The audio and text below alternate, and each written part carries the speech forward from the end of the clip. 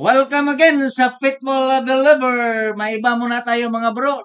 Dahil hindi lahat ng pananampalataya ay puro na lang spiritual. Gagamit din tayo ng mga material. Halimbawa, gumagamit tayo ng upuan. Kaya ito ang aking maibahagi ng tips. Tawagin nating katamaran tips at katipiran tips. Dahil tamad gumawa ng buong upuan o gustong magtipid, kaya panoorin ito. Kung tayo ay tamad, maghanap talaga tayo ng paraan para mapadali at mapagaan ang ating trabaho. Halimbawa, gusto natin gumawa ng pang-outdoor na upuan. Pero maliban sa matrabaho, magastos pa sa kahoy at libor. Dahil tamad ako na lang, hindi ko na kayo idamay, maghanap lang tayo ng sirang upuan. Tulad nito. Mamasuran lang tayo ng mga sira na mga upuan katulad nito, sira na, no. Wala ng paa. Dito rin wala ring paa dito sa kabila. So ganito, iparis natin. Ganito ang gagawin natin para magkaroon ng paa tong kabila.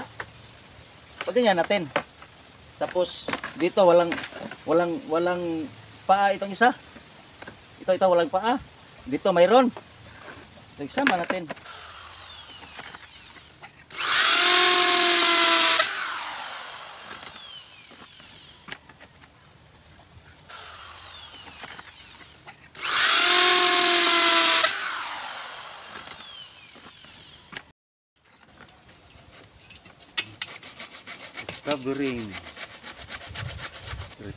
Covering, retrieving.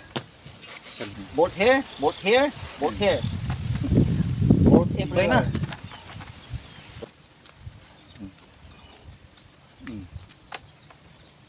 Tibay na. See? Bolt here. Hanggang dito na lang tayo mga idol. Ako rin si Idol Bert, kabaliktaran sa Lodebert. Ako'y mag-iwan ng kasabihan. Kung sa palagay nyo itong katamaran tips ay may pakinabang sa iyo at sa kalikasan, baka pwede namang i-share sa iba para naman sa kanila'y matularan. Hanggang sa muli, please share, like, and follow pa more!